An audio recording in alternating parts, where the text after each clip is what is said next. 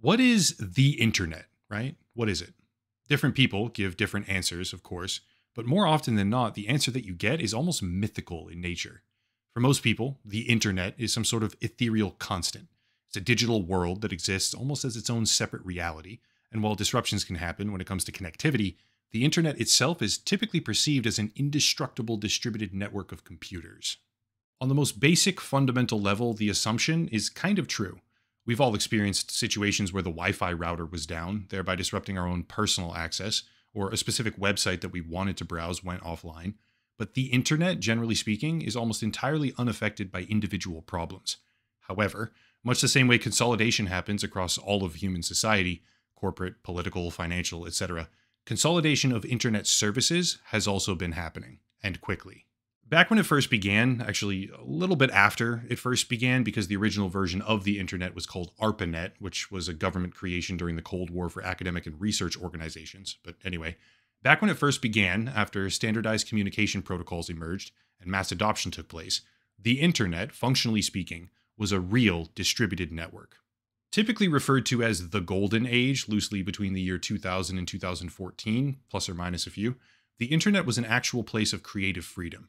Individualism, user generated content, and minimal monetization were some of the hallmarks, but the real underpinning factor that made the internet great was a lack of corporate dominance. Back in the golden years, you were interacting with real people. The websites and forums, especially, that you visited were populated with actual human beings, often made by someone, the forums were, who had passion or interest in specific subject matter, and the resulting sense of community was just totally undeniable. However, as is true in practically every single industry, over time, corporate dominance and profit driven consolidation began taking hold. Nowadays, the internet, at least for most people, represents just a mere handful of major brands and popular websites. That's it.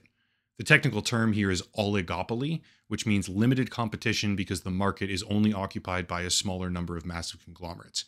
I'm talking about Facebook, Amazon, Google, and other major tech companies. But the same pattern is also true in the world of news, or video games even. Microsoft, Disney, Comcast, Warner Brothers, these are just a few of the names that come to mind immediately. But the point is that if you compare the early 2000s to the mid 2020s, what you find are two entirely different and distinctly separate worlds. On one side is an actual creative network of distributed websites, services, and individuals, but on the other is a consolidated framework of profit-driven platforms where tens of millions, hundreds of millions, or even sometimes billions of people spend the majority of their time. This is where the problem is born, because when you have such a high concentration of users on a relatively small number of platforms, and that relatively small number of platforms then use an even smaller number of cloud service providers, what you end up creating are single points of failure, which can catastrophically disrupt entire sections of the online world as a result of otherwise insignificant issues, and that is precisely what happened on October 20th of 2025. Here's a basic timeline. 6:49 a.m. precisely Eastern Time, the website Down Detector begins experiencing highly increased traffic. Down Detector, for anyone who doesn't know, is a website where users report problems with various online platforms and services, but what rapidly became clear was that this wasn't some kind of typical scenario, because the reports came flooding in for dozens, then hundreds, then thousands of different online services. Within 2 hours, there were millions of reports being filed on this website across something like 3,500 different ecosystems by some estimates, ranging from banking, such as Venmo, Chime, or Lloyds in Halifax in the UK, because this was global, all the way to video games, Epic, Steam, Roblox, PlayStation Network, and more. The issue affected Lyft, transportation, Ring, personal home security, Signal, Starbucks, GoDaddy, Zoom, Xbox, Adobe, and the list goes on and on and on. It might even be faster for me to name all the major companies that weren't impacted, because the list is so long. But having established the scope of the problem, what actually happened? Keep in mind, I am absolutely not an expert on this particular subject, but the bullet point version is that a specific region of Amazon Web Services, US East 1 in this case, went down, some kind of DNS resolution problem, which also happened to be one of Amazon's oldest and largest cloud computing hubs, which then caused a ripple effect outward with a blast radius that spread across the entire planet. What's fascinating is that even though this is an individual localized region, US East, at some point a tremendous number of global stacks, as they're called, route through this hub in Virginia, which means that even if a website or service outwardly had no connection to that region, many of them went down regardless. Over the span of like 15 or so hours before it was finally resolved, the outage brought down a significant portion of the popular internet in totality, with an unknown but sizable amount of financial damage. We don't know the exact number, obviously, and probably never will, but estimates range from billions to hundreds of billions in damage because of this one failure. Just to be clear, this isn't entirely Amazon's fault. I mean, it is Amazon's fault, obviously, but not like totally their fault. Many of the companies that experienced downtime in their services were only affected because they had no redundancy whatsoever, relying exclusively on a single cloud-based region, which is a mistake, of course, likely to save money, right? They did this on purpose, I would think, or they neglected redundancy to save money. But even with those precautions in place, service consolidation on top of infrastructure consolidation inevitably creates a world where single points of failure can bring down practically the entire system. Here's an example of just how far-reaching it went, okay? And how deceptively fragile the world of technology is becoming right now. There's this company called 8 Sleep, which sells deluxe mattresses and covers and blankets and this whole expensive apparatus for the rich people that they call the pod. Their website says, quote, "Your whole bed on autopilot with fully immersive cooling and heating comfort ranging from 55 degrees to 110 degrees Fahrenheit and adapting in real time to keep you and your partner in deep sleep longer," end quote. Awesome, right? Super fancy, super expensive, but what actually happened when the Amazon crash took place was that the beds went haywire, heating up and refusing to cool off in some situations, or getting stuck in various upright positions because the reliance on internet connectivity is reaching the level of delusion at this point. In what world is it genuinely useful to have an always online mattress that goes berserk and overheats when the internet is disrupted? Because one region of a cloud service provider, which is overly relied upon by a ridiculous number of companies, happens to go down.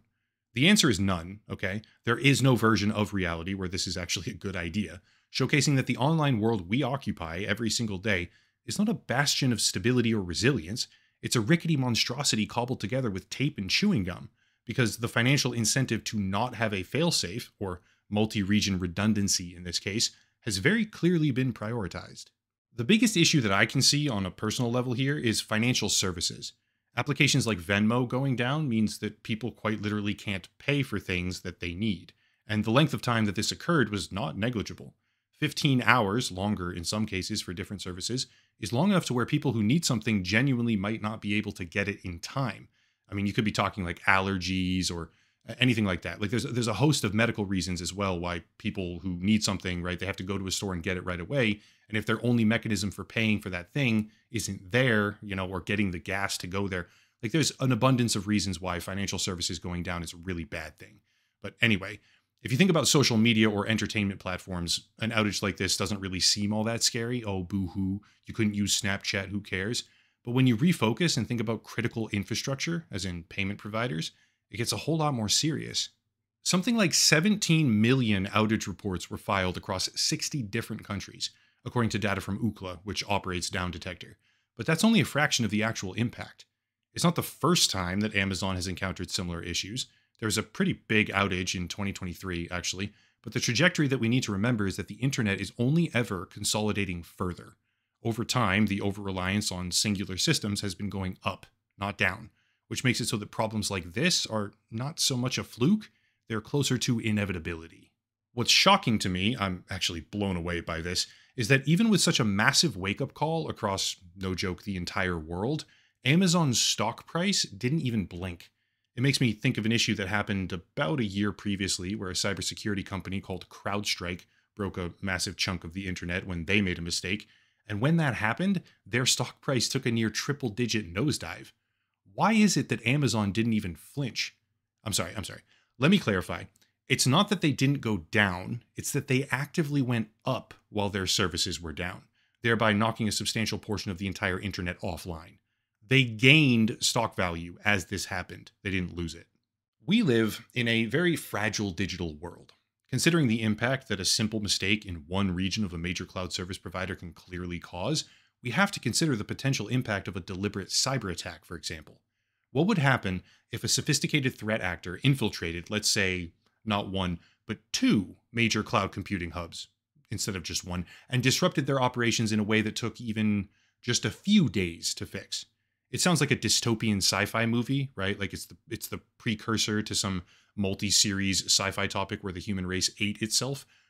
I know it's probably difficult to take seriously because of that, but in a situation that would be similar, right? In a situation like that, there would potentially be like crisis riots and stuff.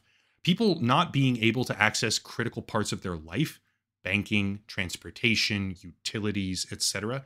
People encountering immutable obstacles in those categories can genuinely destabilize things. I don't want to sound like an alarmist, even though I obviously probably already do. And there's basically nothing I can do about any of this anyway. But we should all understand that having a smart house and a smart mattress and a smart always online security system with our only source of payment being directly on our smartphone isn't really the most secure way to live. It kind of seems like it is in a world that almost deifies technology, but that's a whole separate issue. But it really isn't. Moving away from a cashless society presents a whole new set of dangers, like bad ones. And my hope is that when issues like this occur, rare but notable, my hope is that people wake up to the idea that they should insulate themselves from over-reliance on technology, because the major firms that are currently consolidating the internet will never do it for you. They want you to over-rely on them like we are. You got to do it for yourself. It's fun to have a smart house with every single service you can imagine available across all your devices, but when those devices stop talking to each other, suddenly you can't even access basic systems and necessities. And when that happens, not if, by the way, when that happens, which it will with increasing frequency, I would expect, you have to have some sort of backup plan. I can't say what that backup plan is, I really don't know, but maybe just like keep a little bit of cash with you. Don't necessarily always rely on your smartphone. Just even tiny little precautions like that go a long way when a rare black swan event like this happens. Anyway, that's it. This would actually be the perfect time for me to advertise some kind of outdoor gear sponsor or, I don't know, precious metals even, anything like that. But I don't have one of those, so yeah. There's a special VPN deal, locals and Patreon, channel memberships, etc. But I'll cut it there and stop rambling. As always, thank you all for watching, question everything, and have a nice night.